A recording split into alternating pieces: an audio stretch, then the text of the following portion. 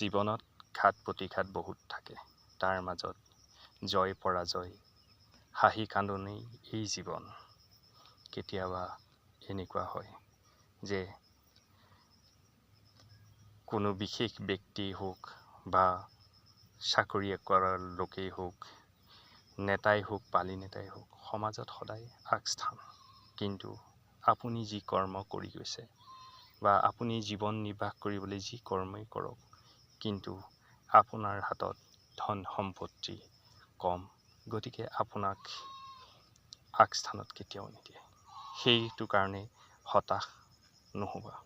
জীৱনত কেতিয়াবা আগুৱাই যাবলৈ